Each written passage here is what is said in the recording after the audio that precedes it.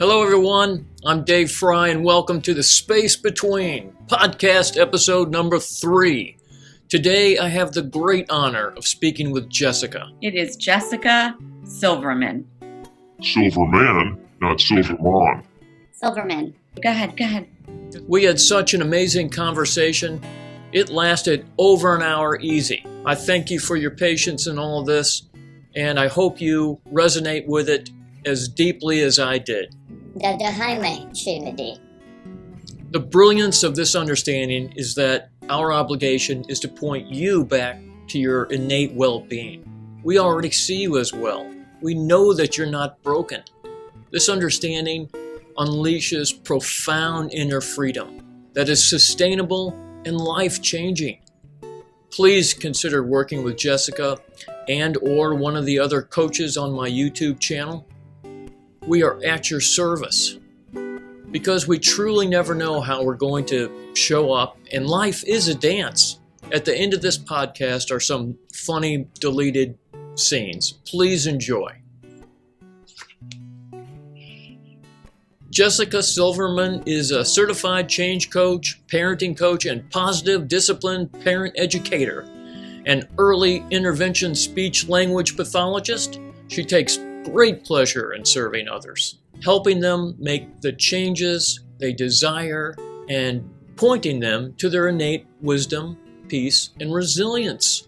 Jessica's desire to become a coach came out of her own challenges as a human and as a parent, and the struggles she often witnessed in individuals and families. Her personal life journey continues to teach her so much as she makes mistakes and deepens her grounding in how all humans work and how change really happens. She also founded Parenting with Clarity, a heart-centered business designed to help parents experience greater ease and positive, lasting changes in their family. You can find Jessica on Facebook, and if you're interested in raising your children in a loving and peaceful environment and curious about alternatives to punishments and rewards, then come join Jessica and other parents in the Positive Parenting Tribe. Jessica, it's so great to have you here. I am so excited. You are an amazing human being. I appreciate you being here. Thank you so much for being here. Oh, Dave, it is such an honor to be here, and thank you so much for asking me. You're welcome. I'm glad you said yes. And the honor is mine for sure because you do such amazing work. It's just going to be great to share what you offer to people, to the rest of the world. Wait a minute. What I want to say really is please tell us more about you, where you started, how you got into this, what you're seeing, how you've shifted in this understanding. You know, whether we're a parent or not, each and every one of us was a child at some point. So we all have that in common, each and every one of us. So I think it might be worth going back to my teenage years and how I worked as a camp counselor, and I babysat children. That's how I earned some money when I was younger. And I actually went to college and graduate school to become a speech language pathologist, so helping people with communication. And although I worked with a variety of age groups, one of the age groups that I worked with was young children. I'm trying to think. For the first 6 years of my career, I did not have a child. And I thought, before I became a parent, you know what? I've got this. Listen, I was a child. I was very, very fortunate to grow up in a really healthy environment where I had beautiful models of what it was like to be a good parent, in my opinion. And then I had children. I had my daughter. And then 2 years later, I had my son. And I'll tell you, I did not think I've got this. I did not. I was like, what am I doing? I don't know what I'm doing. Like, I wasn't sleeping. You name it. Like everything felt like a challenge. And so that put me on this quest for answers. And I would read books and I would listen to these experts and I would listen to webinars and I would listen to all these summits where like, I don't even know what they were talking about. They would talk about discipline and they would talk about organization and they would talk about, you name it.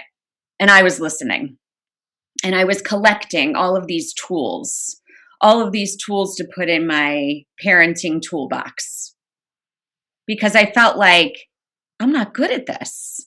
I should know this, but I don't. And so I was looking out there, and there are a lot of resources out there and a lot of conflicting information out there, but it's out there. And I was looking. And then in 2015, after I've collected all of this information, I was like, you know what? I want to share this with others. So now I felt like, you know what? I'm getting into a groove. I feel like, you know what? I can help my kids. And I'm also now I was working with a lot of parents in my role as a speech pathologist, and they were coming to me with problems. And I was like, you know what?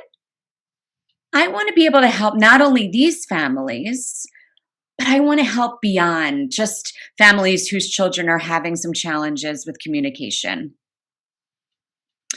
And in 2015, I became a certified parenting coach. Again, collecting more tools so I can help myself and I can help others. And, it's never enough. So then I became certified in positive discipline, which is it's a way of raising children in positive and loving ways. So again, more tools to my toolbox.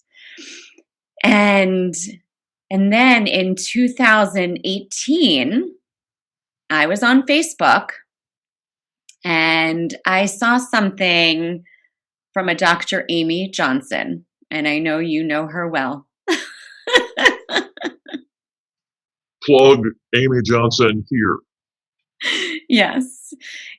And just again, to back up a little bit, a lot of my quest was to find answers so I can be a better parent, I can help others. But then I also saw the struggles that my own children were having. And so part of my search is how can I help them? So it's not only how can I be a better parent, but how can I help them when they're suffering? And Amy Johnson showed up at just the right time, and I listened to a webinar. Then I just kept on listening more and more. There was something in what she was sharing that deeply resonated. And maybe not initially, maybe I was like, this is interesting. This is something that sounds familiar, but I haven't heard it shared exactly this way. And it wasn't about parenting. It was just about who we are as human beings. And I was like, there's something in this. There is something in what she's sharing. I would say astronomical.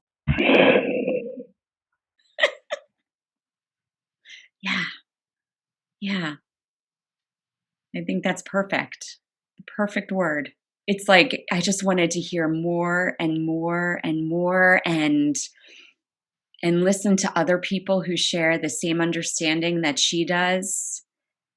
And it made me realize I don't have to collect all of these tools from out there.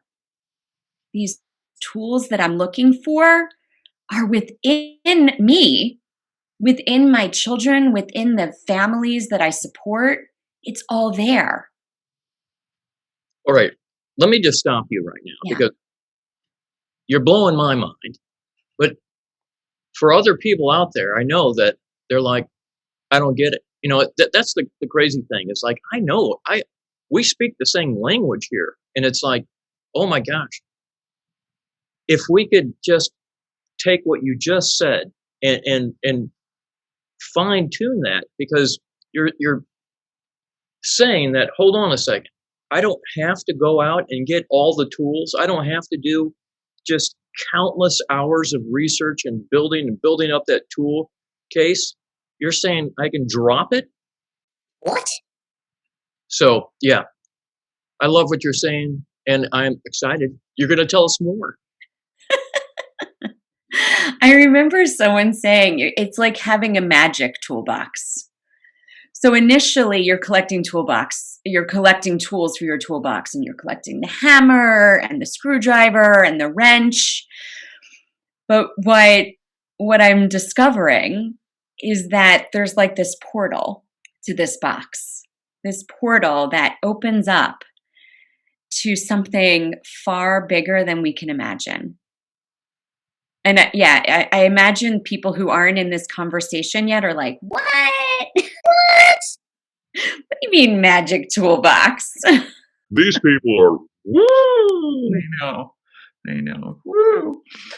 I think it's, it comes down to all these stories that we innocently tell ourselves or believe that we don't know it.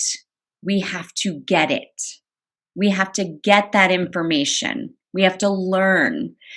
And we don't realize that when things settle down a little bit, when our mind gets quiet, new ideas come to us naturally. It's part of our design. It's built into us. Right?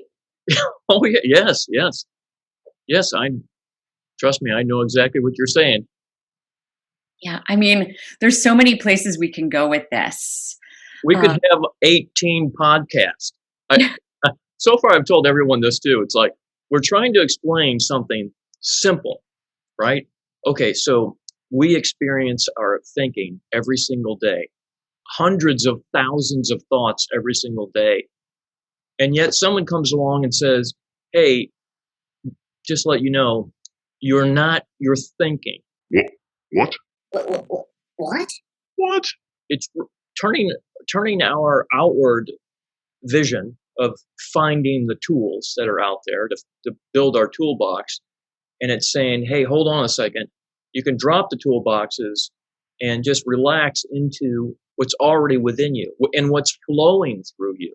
There's this energy that's flowing through you that's our wisdom and our clarity. But for whatever reason, no one ever told you that. I feel like Charlie and Willy Wonka, when they're going up through the elevator, and Charlie's like going, we're going to smash through the roof here, second, pal. And Willy Wonka's totally calm. He's totally calm because he knows what's going to happen. But Charlie, he's like, dude, this thing is like picking up speed, It's like, what's happening here? Yeah. What a perfect metaphor.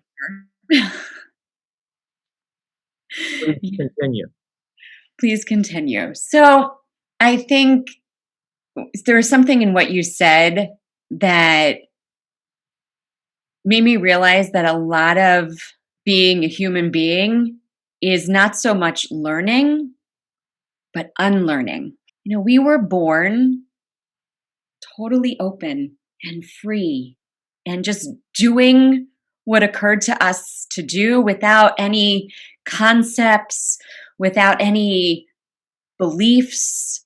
We just did. We were just in life.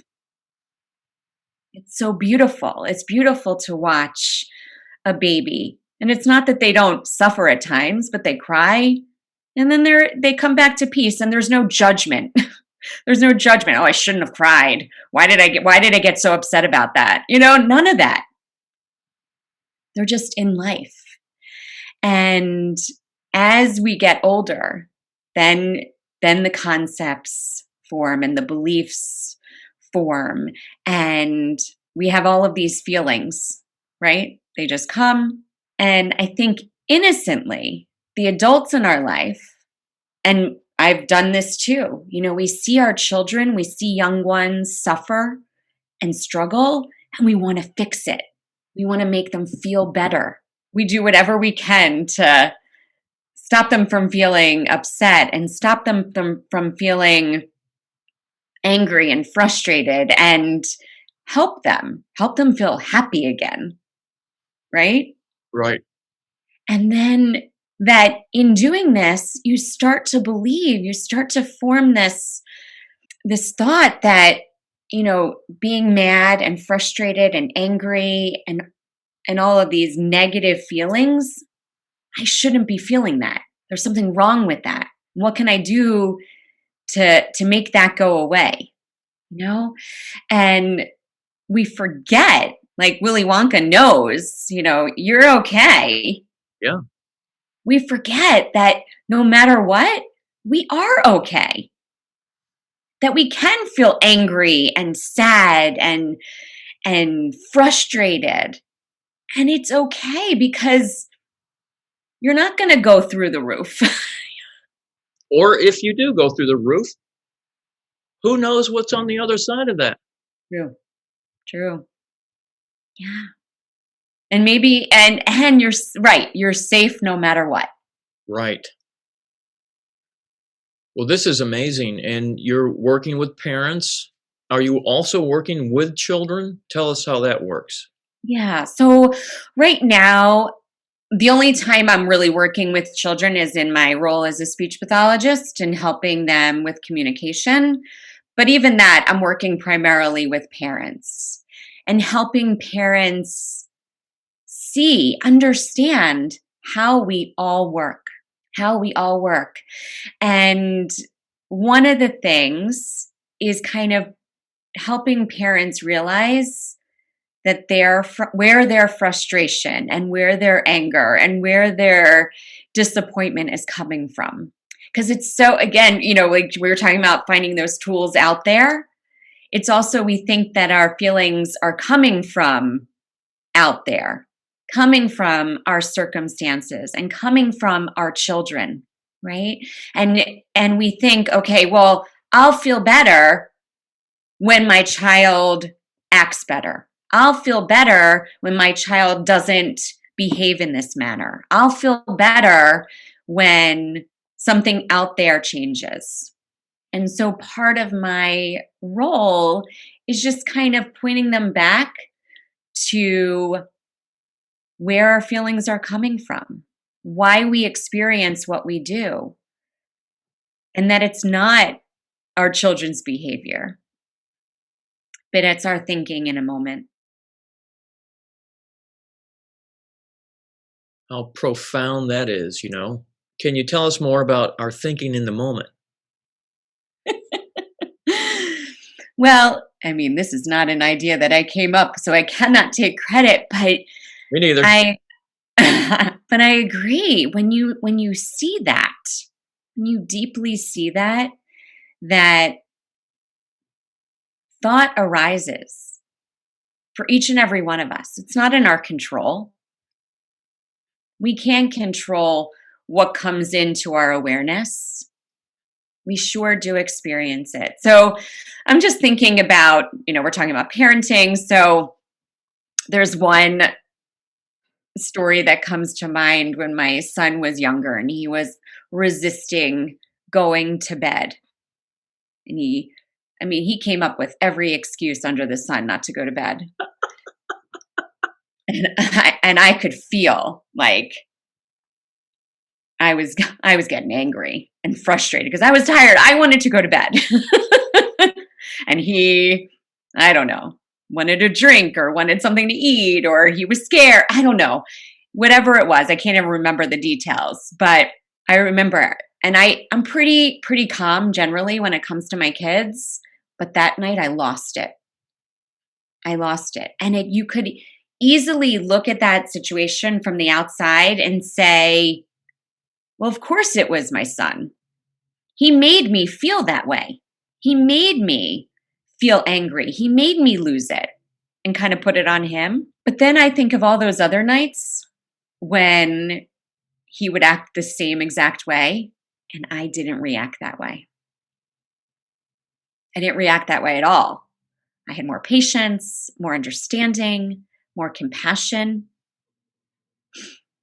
So, it's like, how can it be him? How can it be anything but my thought in that moment? And that realization is massive. It's massive. Even the word massive is not, it doesn't really do it justice. It's a beautiful understanding. And that's why we call it an understanding. That's why it's a challenge to describe it, because it's ginormous. And the way you just explained it was a feeling. It's a feeling. It's like a knowing. Hold on a second. That situation's happened the same time, multiple times. And in multiple situations, I've experienced multiple experiences. It proves that we're recognizing something that's, oh my gosh, there's nothing outside of us. There's not a single human being that could possibly create the experience I'm having. Yes. Not a child that came out of your own body, not a loved one that you've dedicated your life to, not a stranger, not your boss, not your coworker, not your 91-year-old mom. Mom, bring me a sandwich. It's so profound and mind-blowing. It was potato cinema. Now all of a sudden, it's different than what we've learned in the past. It's different from our education. It's different from what our parents told us. It's different. It's different. It's different. It's different. But it's kind. It's kind and compassionate. It's compassionate towards ourselves. It's compassionate that is ourselves. And that's another thing too, is where we're trying to explain something that, oh my gosh, if you could step back from yourself for a second and experience yourself and experience what's happening within you from wherever you are in life, then all of a sudden there's a feeling, there's just a hint, a feeling like, okay, all right, I am the compassion that I'm looking for. I am the patience that I'm looking for my children or for my spouse or for whoever, my mom. I am this beautiful, gorgeous understanding. I am the understanding. And it is really profound. Yeah. That is so beautiful the way you put that. It's like, I am what I'm looking for. I am this right now. Yeah, that's so beautiful, Dave. I love what you're doing, because you're not focusing on the child and bringing this understanding to the parent so that they can see that they have everything they need. Is that true? It's true. Okay, that's awesome. That's amazing, because like you just said a second ago, where it's innocent, that when the child is having a temper tantrum or crying, these experiences that we have show up. I mean, yeah. So having these amazing emotions move through us, and that's a really awesome way of looking at our language. If we can understand that they are going to move through us, that's part of the natural flow, then what a relief that is to understand that if I get frustrated, and I mean frustrated, that doesn't put me in a category somewhere else.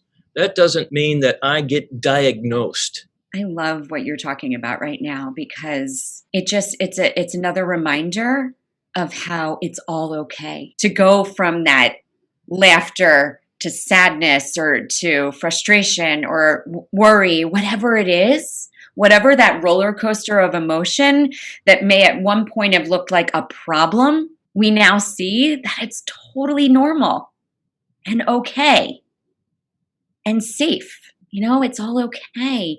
And I think about so many parents are noticing that their children are struggling with anxiety and depression, putting a label on it. And of course, they don't want their child to be depressed. And of course, listen, I've experienced it myself with my own daughter. Of course, you don't want to see that. And to see that even if they are feeling anxious, even if they're feeling depressed, it doesn't last forever. It doesn't define who they are or what the future will be like. What 5 minutes from now will be like. Because like you said, it could be like all over the place. And so often we'll focus on, well, but they feel depressed. Yeah. And they also have moments of peace. And sometimes it's seeing that we get to experience it all and helping children see that even if they feel super down and life looks super awful, that there is that it's like a really intense storm that doesn't last forever and is safe. I love that. I love the storm, and because you're speaking about what is in the storm. We're talking thoughts, right? Yeah, absolutely. Right. So the thought storms, which I haven't shared on the podcast yet. So this is good to just talk about thought storms. What are thought storms to you? To me, it's just a really busy mind. Just a lot of stuff going on up there. And I have that a lot, Dave. Lots of thoughts just kind of whirling around like a tornado. Me too. So you're saying thought storms, our busy minds just show up. They just like the experiences that we're having. A frustration would be a thought storm. Yeah. And I think a lot of it, where does it come from? A lot of times we'll have a thought. It's energy moving through us. You talk about moving through us. And then there's the thought on top of the thought on top of the thought. And it kind of like almost builds on itself. I'm thinking of another metaphor, but like a snowball, it kind of just gets bigger and bigger and bigger innocently. And I think that's the beauty of this understanding, is that when we're in it, we don't necessarily see it. It doesn't feel like a thought storm. I mean, these thoughts feel real and feel like something we have to pay attention to and something we have to focus on and something we have to fix. But when we get a little bit of distance, we start to see, oh, wait a minute. That's just a thought storm. It's not going to be here forever. That's just a big snowball. It's eventually going to melt. And I don't need to focus on that so much. I love the idea of melting. At times it really does feel like it melts away. And times I don't recognize it melting. And then times I do recognize it melting. But I think it's really important about that one little time where I recognize it as a snowball, that one little time where I recognize that my frustration melts away, then that is a beautiful reference point for the next time that I get caught up in a thought storm. Just having that one little bit of awareness that my thinking revs up, it innocently forms a massive snowball of thoughts on top of each other, I can't do this, I don't know what I'm doing, I need to fix. And then all of a sudden it slows down, that snow melts, and just having that awareness of that melting away is ginormous, because then you get a chance to be aware of it the next time. And you may not get it every single time. Don't worry about that either. Just know that every once in a while you'll start to recognize it more and more. And then all of a sudden there's a smaller space between. That might be a good name for a business, actually. Right. It's kind of like the difference of being with the snowball and helping it roll. Not intentionally, but like being there in it and then just getting some distance from it and watching it do its thing and then go away. And I think right now, like what's showing up for me right now is like, if the two parents knew that, if they had this understanding and they have 1 to 12 kids, and I'm making this up, obviously, but if everyone in the family kind of knew this, then when mom and dad, whoever get into a fight, which it might happen. It's very possible that arguments happen all the time. I mean, I can faintly remember where they did happen a lot. And so it's like, and even not only just fights, but the things that mom or dad will say that seem to be so hardcore, concrete. This is what you have to do in life. If you don't do this, you're going to fail. I mean, if there was an understanding that, okay, all of this is just things that are showing up, we're experiencing them, but that will also melt away. That'll melt away, and that clarity that we are already is there for us, just to let us know that it's okay, that we're safe, that life's got our back. Does that make any sense? Yeah, absolutely. I think what you're saying, I mean, it just, this understanding that we're talking about is so helpful when it comes to, I mean, what you mentioned, it just made me think of how important it is in any relationship, not just parent and child, but parent and partner, parent and friend. But like, I think about my husband and I, and we have a very beautiful relationship, and we have disagreements. And it used to be, and I still get caught up at times, but it used to be I would be like, you need to do this so I can feel better, kind of thing. But I think seeing now again where my feelings are coming from, where my experience comes from, I think that has helped with our relationship. And like you said, it's not really so much about teaching. I mean, listen, my kids and my husband do hear a lot about thought. I'm sure they do. They do.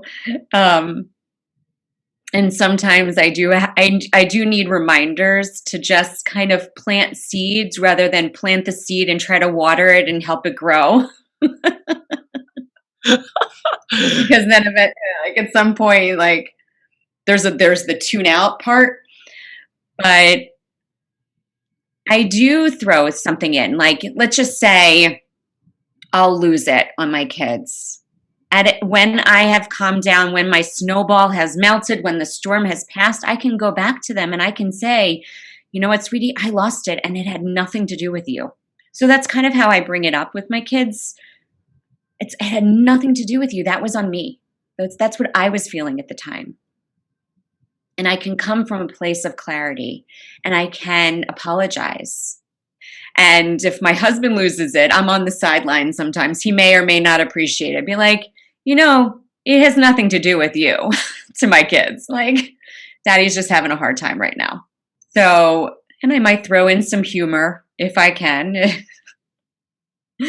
But, you know, to see where our feelings are coming from. To plant seeds as to thoughts and feelings, and they're all okay and all normal. And they're not coming from outside of us. They're not a problem. I mean, I'm like trying to think of all the things that the messages that I want to hear. They're not coming from outside of us. They're not a problem. They're all okay. They won't last forever. We get to experience it all. In this understanding that we both share, and it reminds me that I'm not what my actions of yelling and screaming, that's just what I'm experiencing in that moment. Not that I scream, but it's okay if you do. But yeah. It's okay. You can scream. Some days I want to scream for sure. But having that home base, that baseline understanding that I'm not the things that I'm experiencing, I think that really is a beautiful awareness. What I realize now that I didn't realize in my days of depression, I was experiencing enlightenment. It's just showing that through tragedy, through the worst things possible, there is still our home base.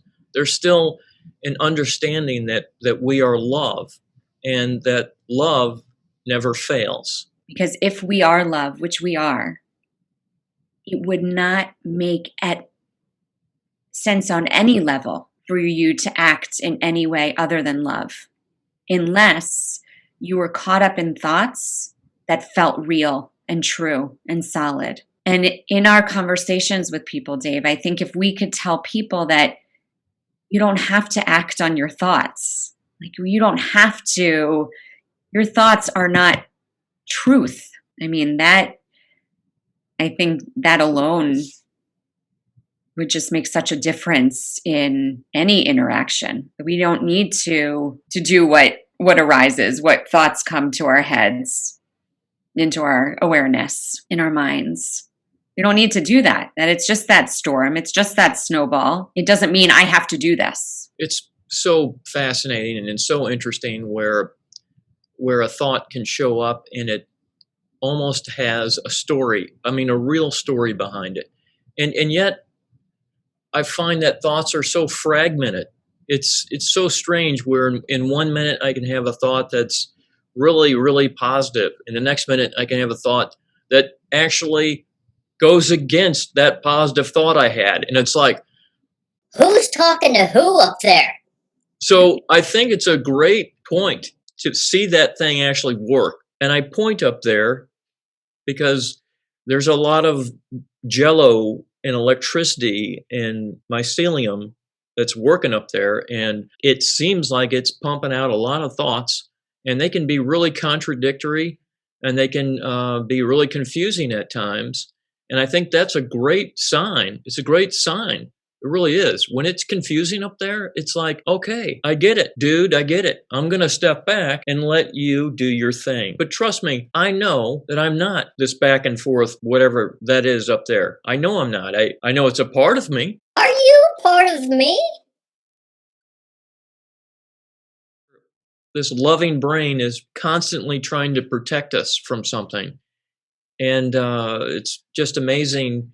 It could be the smallest things, and that protection goes on. I'm guessing, tell me if I'm wrong, that parent-child relationship, that protection is now amplified. It's like, not only do I have to protect myself, but now I've got to protect this innocent child who's already perfectly fine, just bouncing back and forth in life, having an amazing time, experiencing life in its fullest form. And then parents come in and want to go, oh, no, and try to protect that child. There is a beautiful wisdom and clarity that runs through us, and it's always there. And where our minds tend to create a situation in a future situation where, oh my gosh, and I can imagine this for parents too, where they see their child in a depressive state and the future thought must come in at 800 miles an hour. It's like, just must be mind blowing that when they see their child depressed, and I say depressed as in they are bombarded with information nowadays. You can have global information, global news in any second, in any given second. You see your child that's been sad for a couple days, the thoughts that show up for parents, it must be overwhelming. I'm explaining my mom, right? I'm explaining my mom that she had future thoughts. Instead of knowing, just feeling into this present moment, there was just so many future thoughts out there that said, well, this kid will never survive. They'll be eaten alive. Well, I think your story offers so much hope to parents, to me. I did intimate earlier that my daughter definitely has struggled and still struggles on many days. And there's this notion that I've heard from family members, friends who have also experienced depression. And they see it as, this is something I have. This is something I will always have, but I can learn to cope with it. And you are a perfect illustration that that's not true. That it doesn't mean, just because this is your experience now, doesn't mean it's forever. How amazing is that? That it's not this fixed, permanent thing that you can just kind of learn to live with and learn to cope with. But that it's not true. I mean, I think of all these, like, once you have an eating disorder, you always have an eating disorder. You might start to eat healthier again or eat differently, but it's always there. Well, we know that's not true. No. I mean, we have conversations with people every day who illustrate that that's not true. That is, again, the beauty of this conversation, and to see that even, like, I mean, we hear stories of people who experience trauma and now have freedom, eating disorders, who no longer have struggles with food, severe suicidal depression, who lead very happy, content lives. Not that you don't get sad or experience sadness at all, but you know that that's not who you are. And I think that can be very, that's important for parents to hear, for children to realize this isn't a life sentence.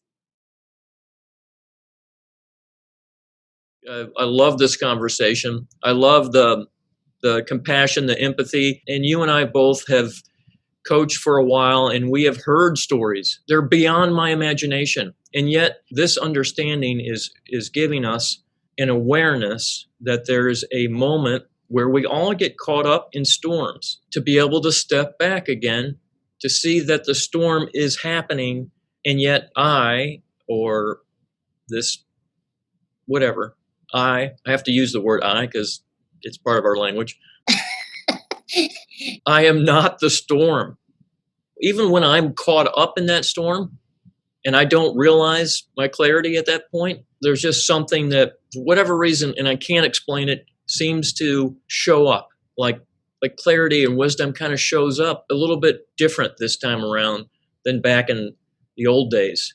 Back in the old days when I didn't have this understanding, thought storms were scary, they were vicious, they were intense. And yeah, I did things that luckily I survived. So, but now it's so different. It's so amazing to have this understanding and to have these conversations. And the thought storms just aren't as stormy. Yeah. Right. It's like that shift from thinking, I'm in a thought storm and I need to do something about it. I need to go out there and I need to fix it, versus seeing that you don't need to do anything about it. No. In fact, that it's going to be a heck of a lot easier when you don't. I don't know how to explain it. Like, It's incredible. there's a feeling when you're on that roller coaster, when you're at the very top, and you know that they keep building these things bigger and bigger and bigger. They don't care. The engineers are like, let's just make this thing 800 foot tall, So it's like you get to the top, tick, tick, tick, tick, tick, tick, tick, tick, tick, and you're right there. And it's like that thought of like, is there a way I could get off this thing right now?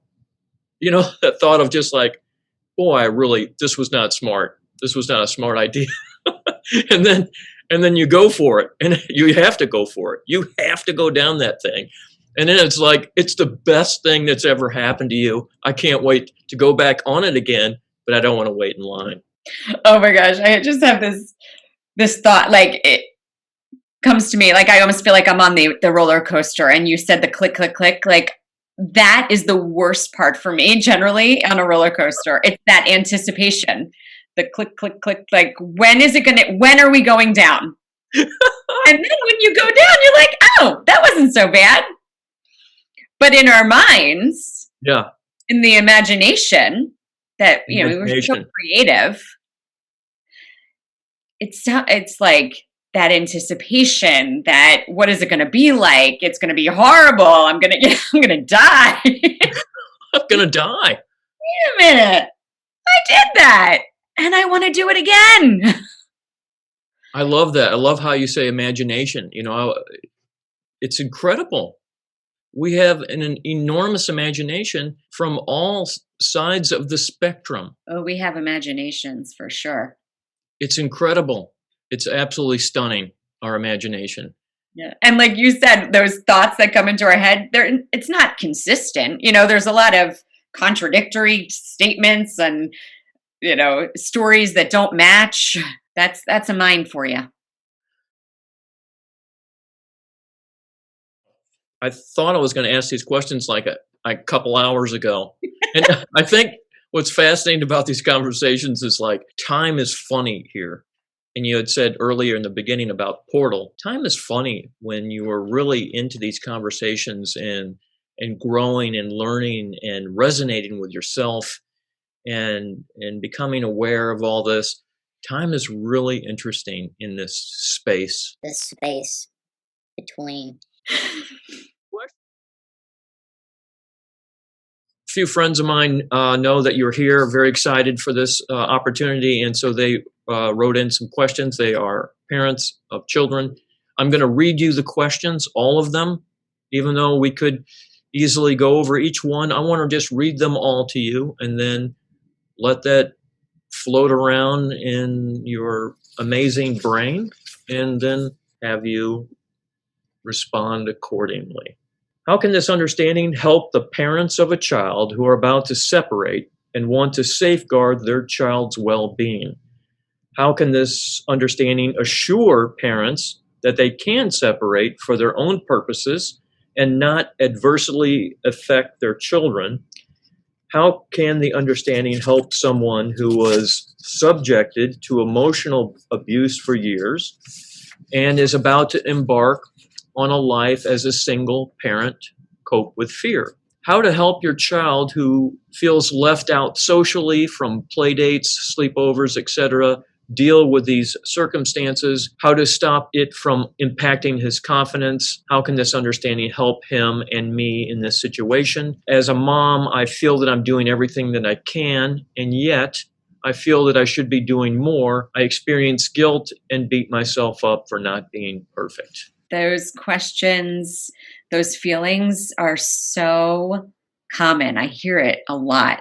And it might take some different forms, the exact circumstance might be different, but this worry that we as parents have about our children and about their future and what impact a certain circumstance will have on our child's future. And we were just talking about imagination.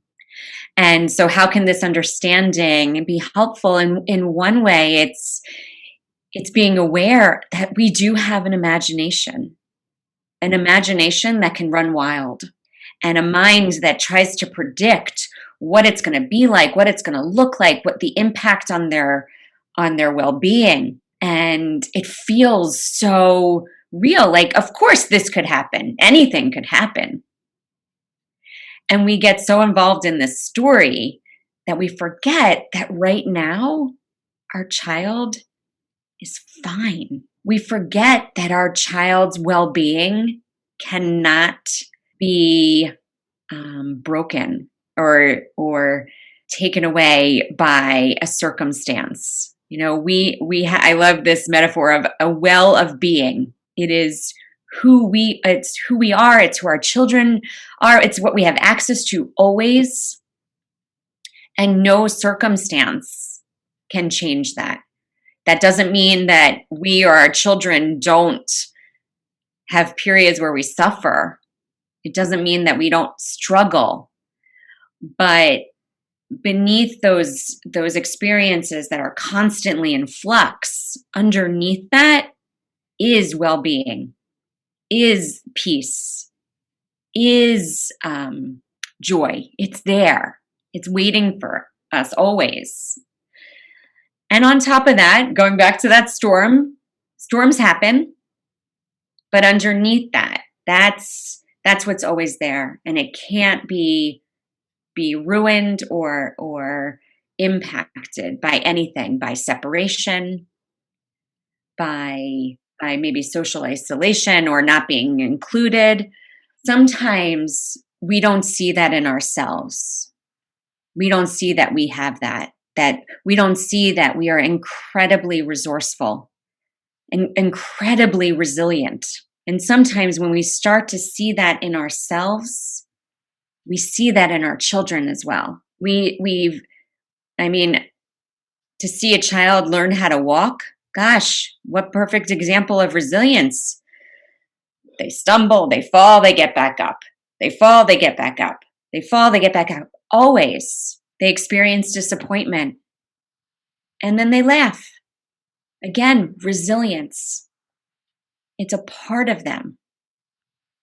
They're never broken. They can never be broken. And what can we do to support them? We show up with love and compassion. We listen.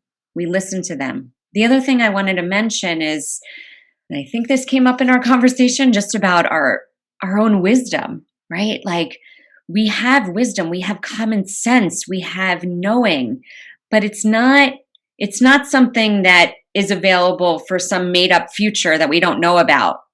It's available to us in a moment. It's available to us in real time. So should our child experience disappointment or sadness, we have within us in that moment to do what makes sense, to support our child in a way that makes sense in that moment. But we can't anticipate or be prepared for every single situation that's going to arise. There's no way of knowing that. The future doesn't exist right now. The future is only in our imagination. We have right now. We take one step at a time. We can't leap into something that's not there yet. To me, that's how this understanding is helpful. It's knowing that our children are we are incredibly resilient. We are filled with wisdom and common sense that guides us always. And sometimes we don't hear it and we're not aware because we might be caught in that thought storm that we've talked about, but it's always there in real time. And I've heard this before, and I use this a lot. If we could just take our concerns and hold them a little bit more loosely, not hold on to them so tight, like this is, like as if this is what's going to be. If we can just hold it a little loosely. Yeah, I just think about the roller coaster metaphor and how, like, my mind will go to a lot of different places going up the hill. And then more often than not, going down is not what I thought it would be like anyway, at all. Not that I don't get scared. Yeah, I get but scared. That's okay too. That's okay too. I think we worry as parents, back to that, we want our children to be happy. We want our children to be content. Of course. I don't know a loving parent who doesn't want that for their child. And to also know that even if they have some bumps in the road, they're still okay. It doesn't mean anything about them or the future or anything. It's an experience in this moment.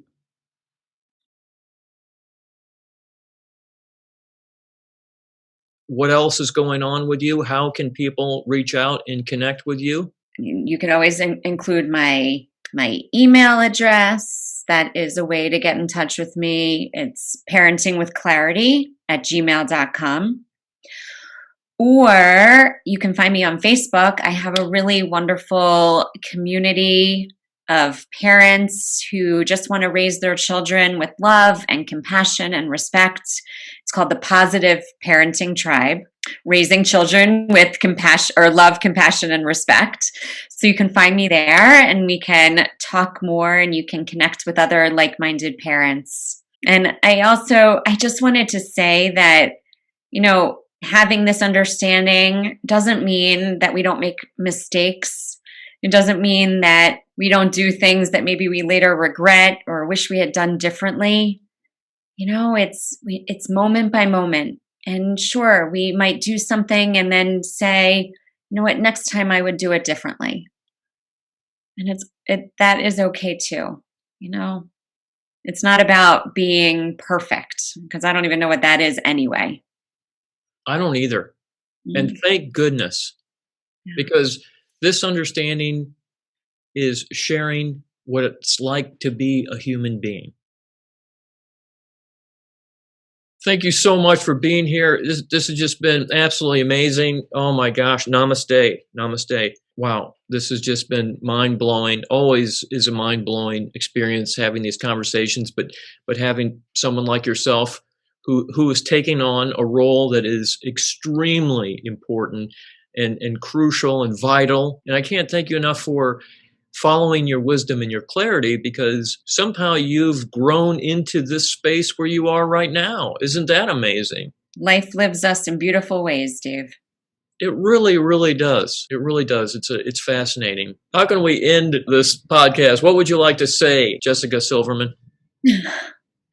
Anything that I want to say. You know what? I think we know more than we give ourselves credit for. The answers that I'm going to kind of wrap up where we started. You know, we have within us the answers that we seek. We are who we seek, and we have a lifetime to realize that. Thank you again. This has been absolutely amazing. I can't wait to hear more.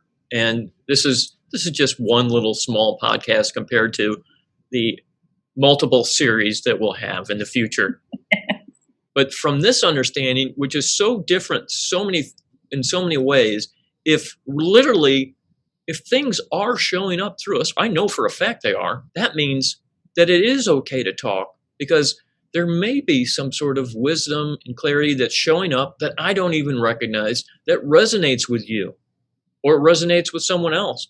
So it is okay to talk. It's okay, because the things that you were saying were just mesmerizing, how beautiful they were. No, really, really amazing. And so really appreciate you and everything that you're doing. Oh, thank you so much, Dave. You make this so easy. Really? Yes. I'm going to press the end button now. Okay, good. Who knows what's going to happen to the rest of our day? We'll find out. We'll find out. Thank you so much. Take care. Bye. Bye. Welcome to the space between. Look at this fancy shirt I'm wearing. And positive Does that say discipline? a positive discipline.